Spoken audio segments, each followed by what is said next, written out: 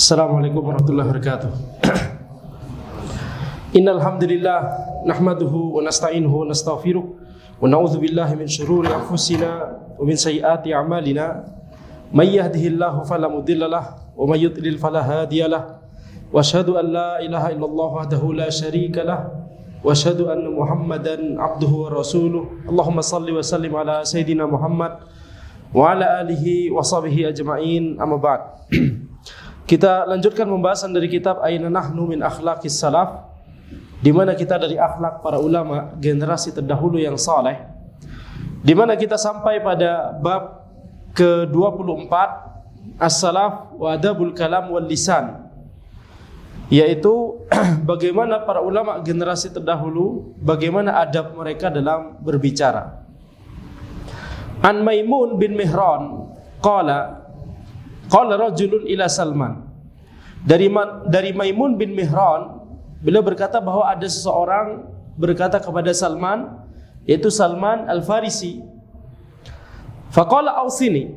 Kemudian orang tersebut berkata kepada Salman, ausini, berikanlah wasiat kepadaku.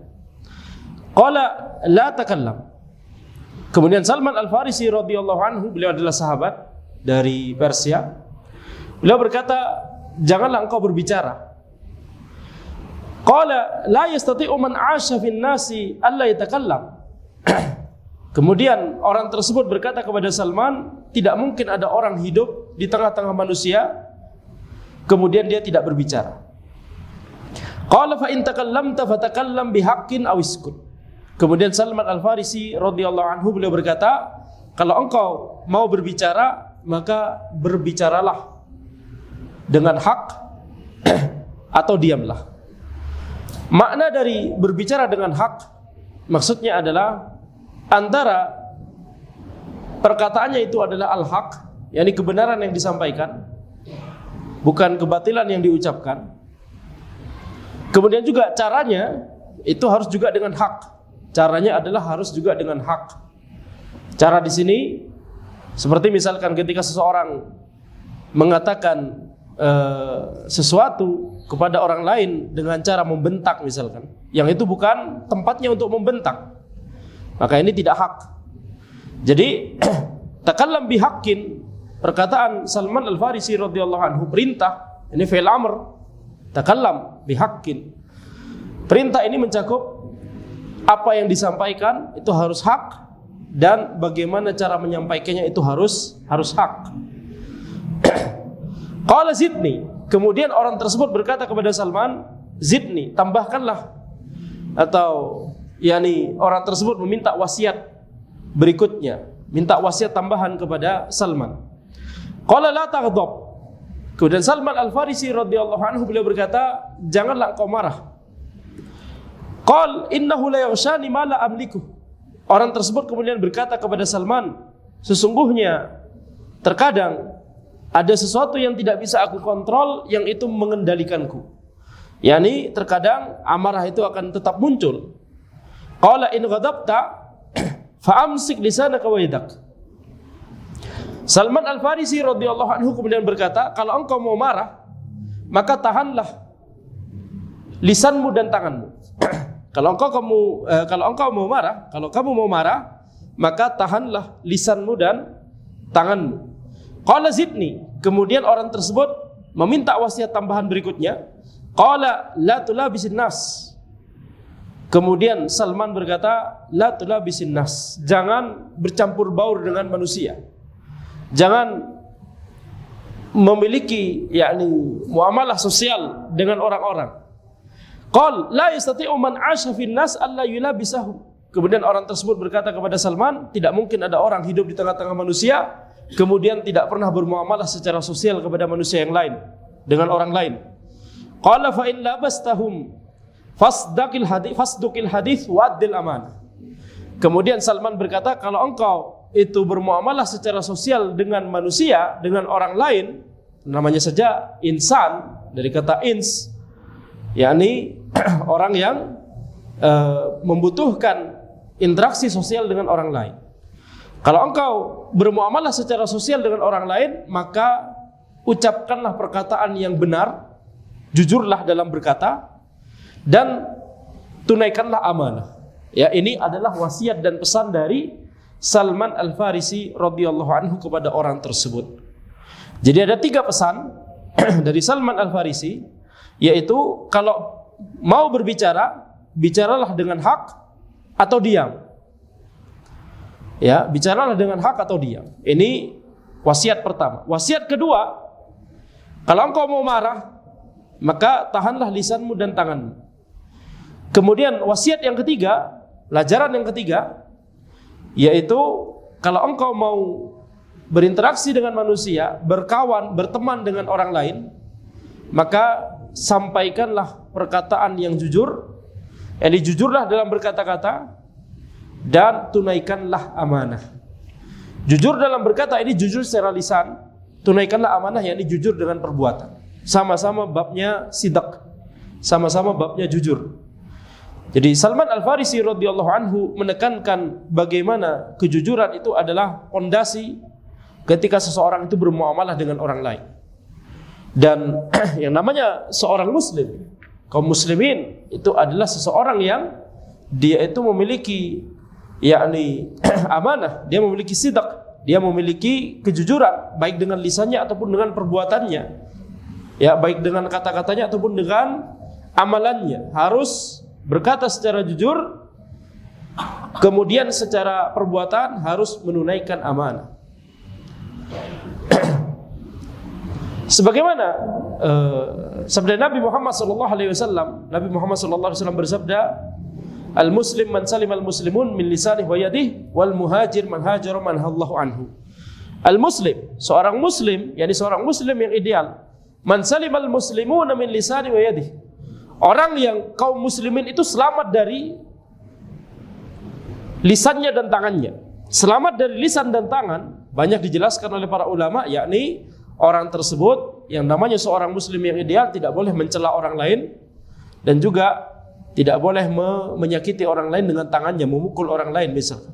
Tetapi makna dari hadis tersebut itu lebih umum daripada penjelasan yang masyhur tersebut. Itu penjelasan masyhur, tapi para ulama yang lain juga banyak menyebutkan bahwa makna yang paling umum dari hadis tersebut mencakup seseorang yang ketika dia berkata-kata, dia berkata dengan jujur, sehingga kaum muslimin yang lain itu selamat dari kebohongannya, kedustaannya.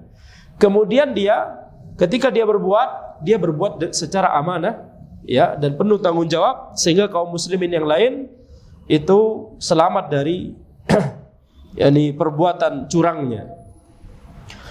Baik, maka ini adalah 3 wasiat dari Salman Al-Farisi radhiyallahu anhu, ya.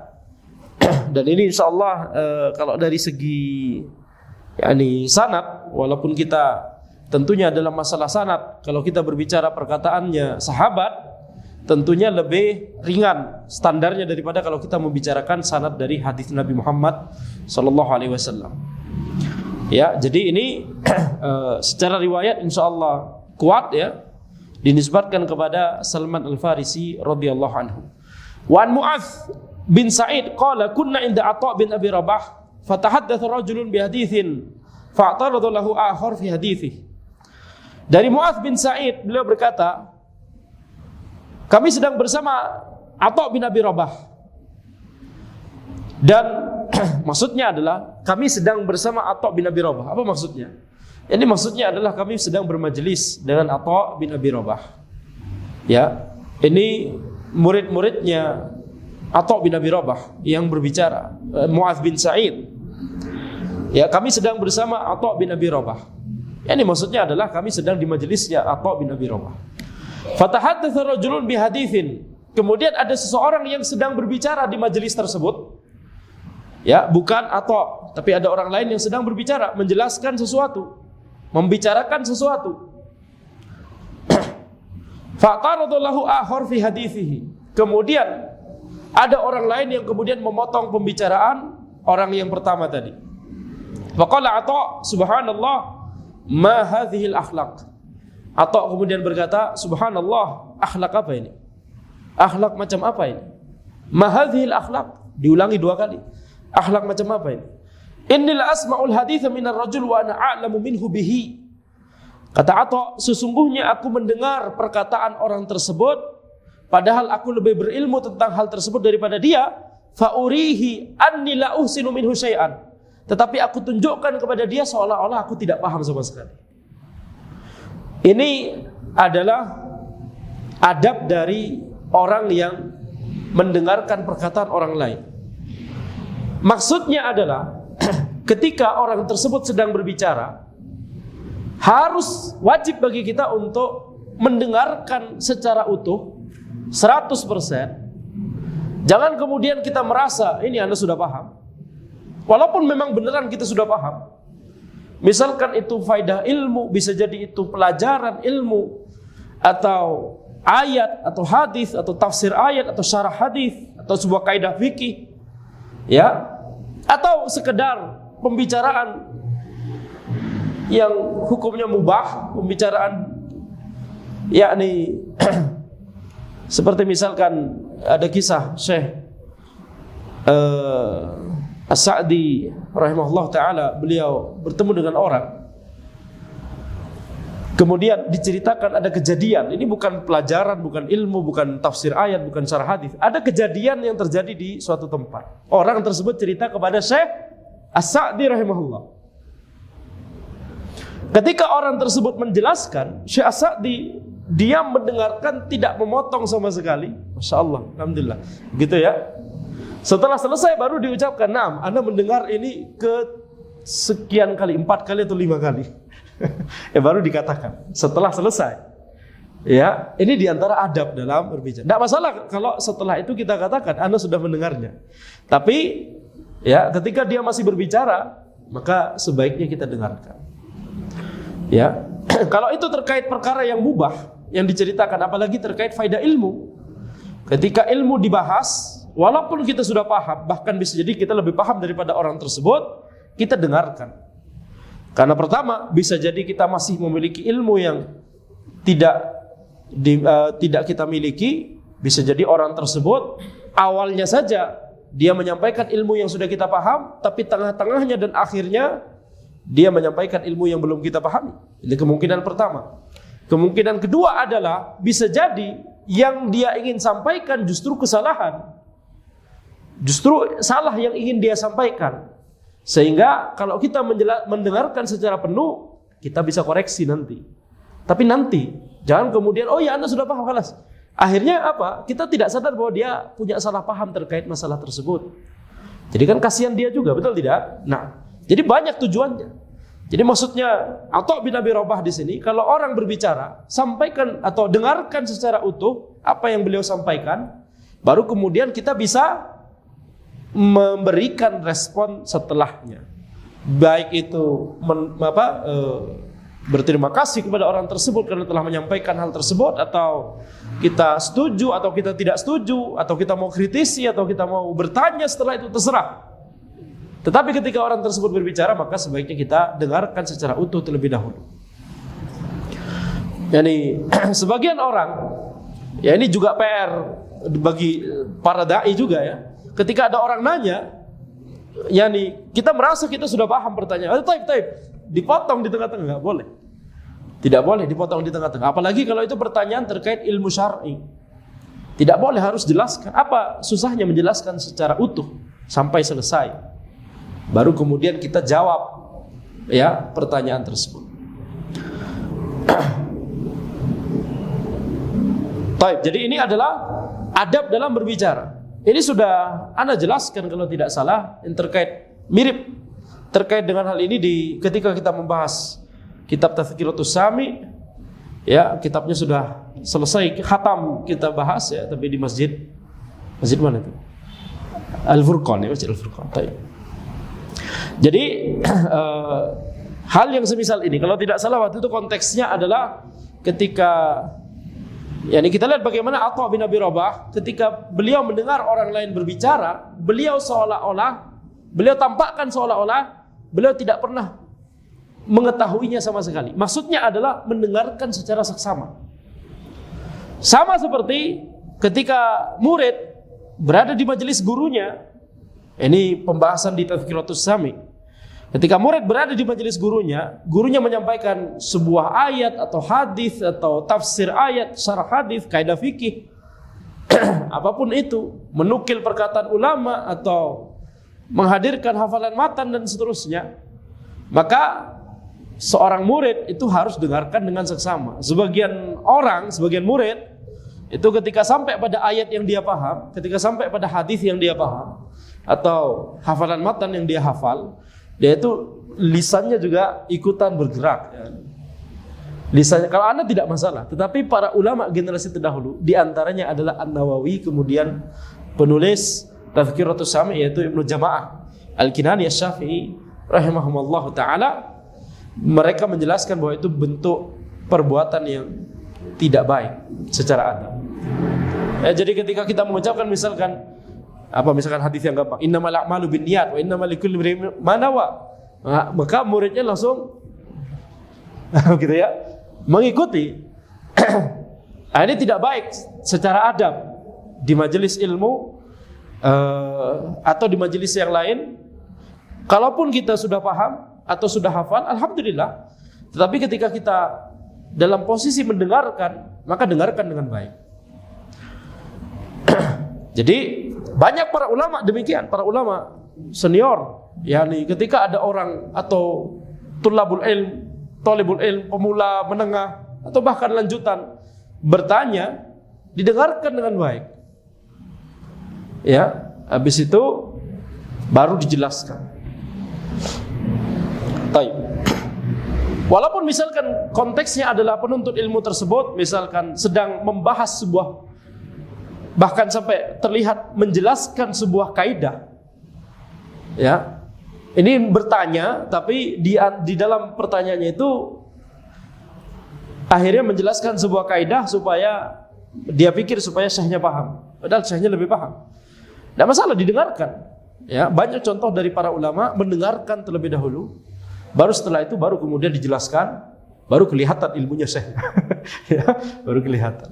Tapi ketika muridnya menjelaskan pertanyaannya, kita dengarkan dengan baik pertanyaan tersebut. Jangan kemudian jangan tunjukkan bahwa kita sudah hafal atau kita sudah paham. Ini sebagai penuntut ilmu itu tidak bagus secara adab. Wan Utsman ibn al-Aswad qala qultu li Atha ar-rajul yamur bil qaum fayakzifuhu ba'duhum ayukhbiruhu qala la al-majalis bil amanah. Dari Utsman bin al-Aswad, beliau berkata, aku berkata kepada Atha, seseorang itu melewati sekelompok kaum, seseorang melewati sekelompok orang, fayakzifuhu ba'duhum, kemudian sebagian orang tersebut yang sedang duduk tadi membicarakan orang yang lewat tadi. Ayukhbiruhu, apakah aku akan kabarkan kepada orang yang lewat, antum dibicarain sama sebagian orang tadi. Ini zahirnya orang yang bertanya kepada Atha, dia juga ikutan duduk bersama sekelompok kaum tersebut, sekelompok orang tersebut. Maka Atha berkata, tidak boleh al-majalisu bil amanah. Majelis itu adalah harus memperhitungkan amanah, harus menjunjung tinggi amanah.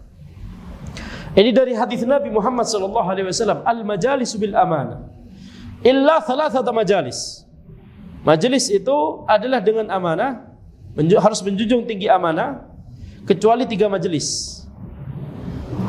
Ini masih sabda Nabi Muhammad sallallahu alaihi wasallam. Nabi Muhammad sallallahu alaihi wasallam kemudian bersabda, yani safku dima'in haram, menumpahkan darah yang haram untuk ditumpahkan, wa farjun haram, ya, berzina dengan wanita yang bukan mahramnya, wanita yang bukan istrinya atau yang halal untuk dia